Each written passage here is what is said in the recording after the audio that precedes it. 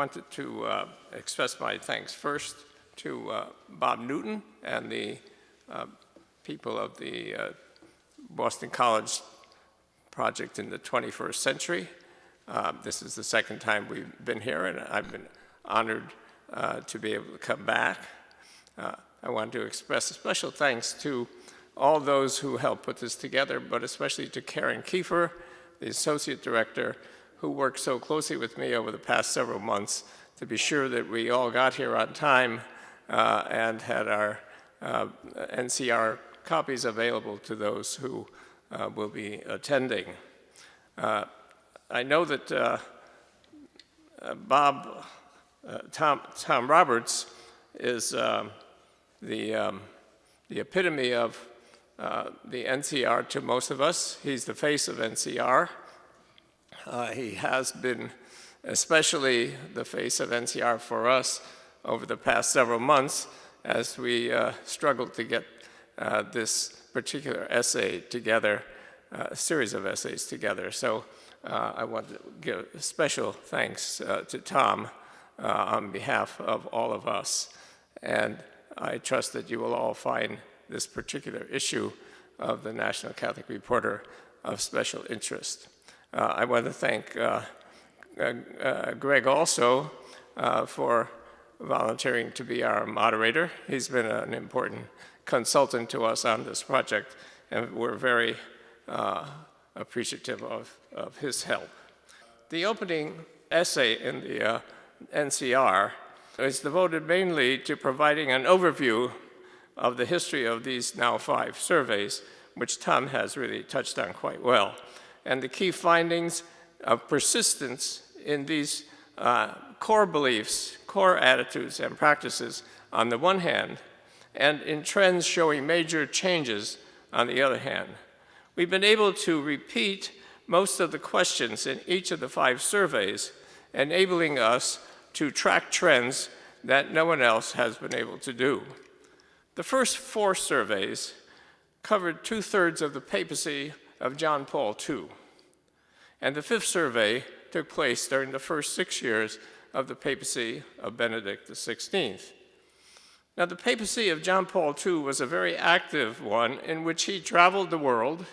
We have to be reminded of this occasionally, attracted millions of people, especially young people, or including young people, and spoke forcefully on behalf of Catholic teachings, ranging from those on human sexuality, the environment, war as always a catastrophe. I will not forget that statement of his on our emergence into the Iraq War, and special concern for the poor. Benedict XVI has reiterated the teachings on sexuality, although not as forcefully, and has devoted much more time to concerns of love and caring for others. Our surveys have been constructed to reflect these teachings and how they have been received by American Catholics. The changing demographics of American Catholics over these 28 years is my first slide. Here we go, profile of American Catholics changing over 25 years. This is a dramatic change, really, as you look back from an almost all-white, European-descended Catholic Church. 86% were white as recently as 1987. 10% were assumed to be Hispanic from the best evidence we had. And 5% of the total were African Americans, Asian Americans, Native Americans, and others. And now, 25 years later, in 2011, we see that we now have a Catholic population that is 32% Hispanic, 63% non-Hispanic European descended, and still with the same 5% of African Americans and others. This is not only a more diverse population, it's also an older population. In 1987, 4 in 10 Catholics were under 35 years of age. In 2011, 26% are under 35. It's interesting that this weekend, I guess it was in Monday's Washington Post, the feature on the front page was, "We are growing older." And this is true of the world, but especially true also of American Catholics. We tend to forget that the baby boom generation did not reproduce itself. We will see more about that later.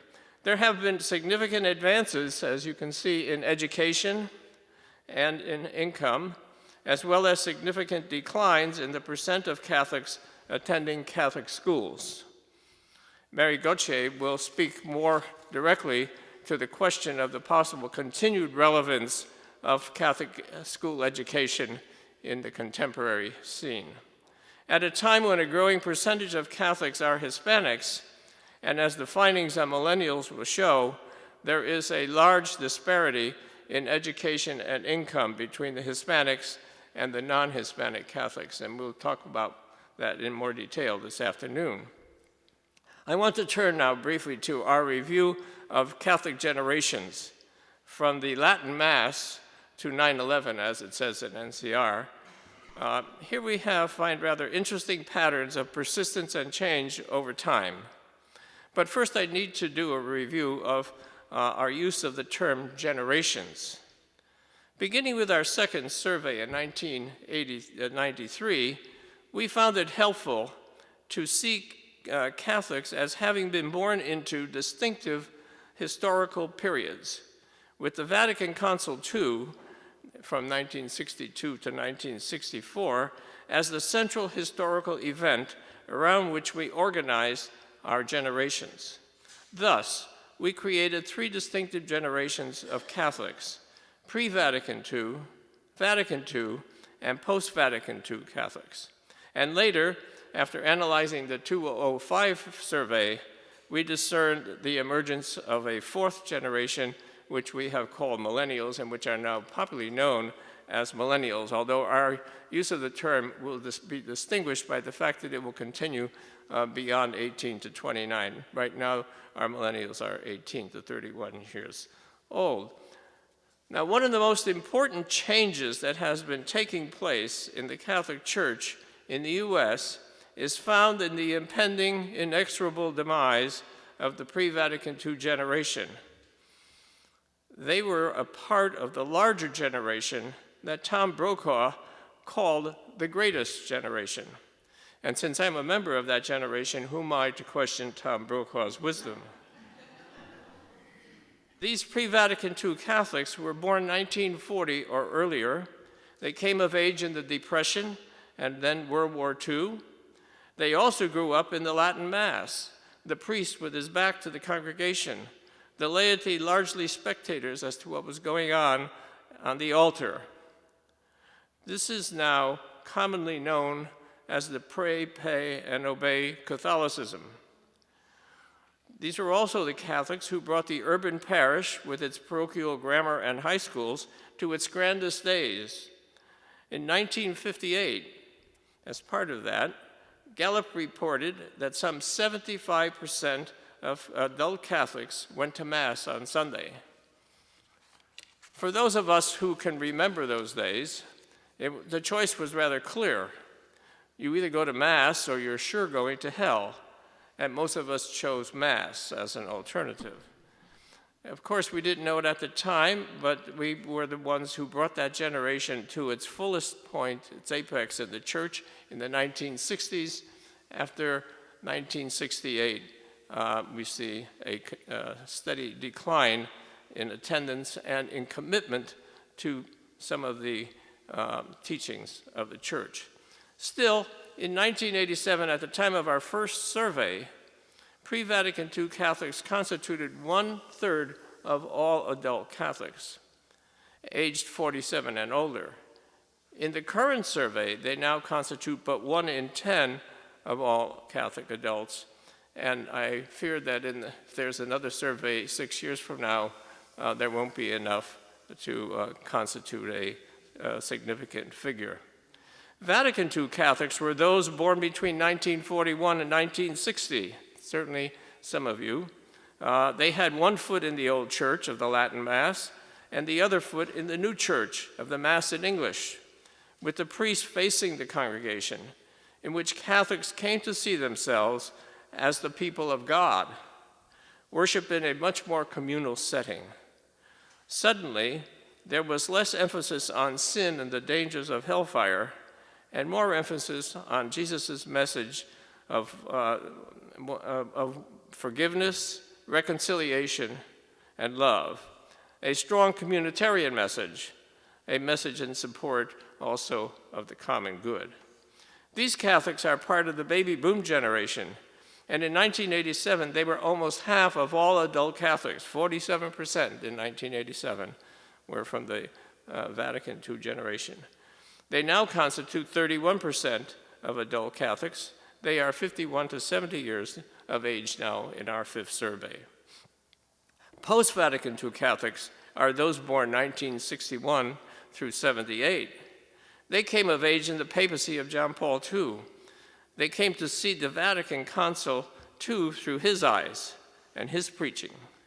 While many were captivated by the Pope's charisma, they were also children of the post-Vatican II era, the post-Vietnam era, I should say, and of Ronald Reagan, rugged individualism and self-actualization. They were very much a part of what we call the Gen X generation and part of the baby bust generation. In 1987, they were 22% of our total. In 2011, they are now 34%, and they will not grow anymore. Their range in ages now are from 32 to 50.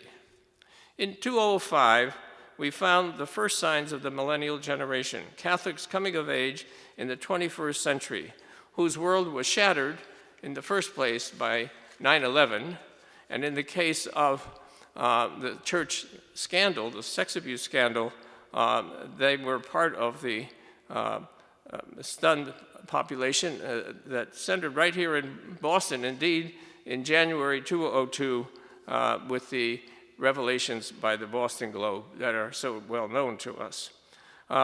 They continued to make national and international headlines with the scandal. It has not gone away. In 2005, they were only 9% of the total. In 2011, they are 22%, aged 18 to 31 and growing. What is most important about these millennials is the growing percent of Hispanics in their numbers. In 2005, we had no firm number, but we estimated that they were somewhere around 10 or 15%. As of this survey, we now realize they are 45% of this generation.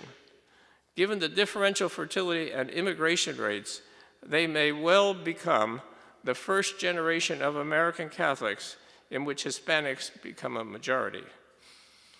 I will take just a minute to comment on some of the important trends found in Table 2, on page 6 of the NCR. Mass attendance rates. These rates have been fairly persistent within generations. Thus, pre-Vatican II Catholics have retained their high rates of Mass attendance, even though they are below the 75% of 1958. Over the 5 surveys, they have ranged between a low of 54% and a high of 64%. Vatican II Catholics maintained a rate of 40%, not higher, until the most recent 2 surveys, which now shows their attendance rate down to 31%. We're not sure what happened. This first sign of a falling out of Vatican II Catholics occurred 3 years after the expose of the sex abuse scandal, which may or may not be related to it. We need to do much more research on that. The post-Vatican II Catholics have maintained a rate below 30%, but it has been steady, averaging around 28%. And the millennials reported first in 2005 a rate of 15%, but it was not a good sample. We now find the rate closer to 23%, in some degree a factor of the greater Mass attendance rate of the Hispanics. We have to follow that carefully over the next 7 or 6 years to see if that changes dramatically.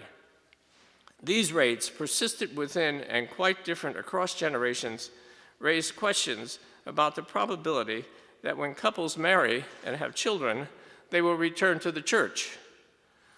We all know instances of this happening, but with the possible exception of the Hispanics, there simply is little evidence that this ever took place. It didn't seem to take place while Vatican II Catholics were having their kids, and it certainly hasn't taken place, although one can say there weren't enough kids in the post-Vatican II generation to show up. Consider the reasons these Catholics give for attending Mass, and also the reasons for not attending Mass. We added that question this time, and I find some rather interesting answers about why they do or do not attend Mass more often. The three most important reasons for going to Mass are, one, to experience the liturgy, which is a positive. The felt need for the Eucharist was second, and the enjoyment of being with other Catholics was third. At the same time, 1 in 3 Catholics said because the Church requires it. So at least 1 in 3 Catholics still understand that the Church requires their presence. Whether they make it or not every time, at least that's what they accept. On the other side, 40% of Catholics across all 4 generations gave the same response as to why they do not go to Mass more often. Quote, "I'm just not that religious." Whatever it takes to be religious, a significant minority of Catholics do not see themselves as that religious. Whether Michelle will be able to illuminate this point or not when she talks about discernment, we'll find out. Among the 3 younger generations, 3 in 10 said another important reason they didn't go to Mass more often was that, quote, "It's not a mortal sin to miss Mass." Now, some of you may have missed that letter when it came forth from the cardinals. I haven't seen it myself, but I take it on good faith that the young people have discerned that it's no longer a mortal sin. As the other responses indicate at the same time, they're quite comfortable with the idea of being Catholic. And I think Michelle will point that out especially. They're not uncomfortable, they're quite comfortable in their Catholic identity at their pace.